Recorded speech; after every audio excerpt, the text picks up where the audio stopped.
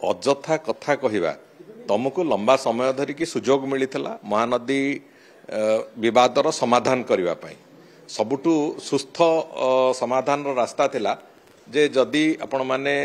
जो सरकार आपण माने 24 वर्ष धरिकी थिले से सरकार समय रे जदि कोनोसी ना कोनोसी मते आपण केंद्र सरकारंकर पूरापूरी सहयोग थिला केंद्र सरकार मध्यस्थता करिया को राजी थिले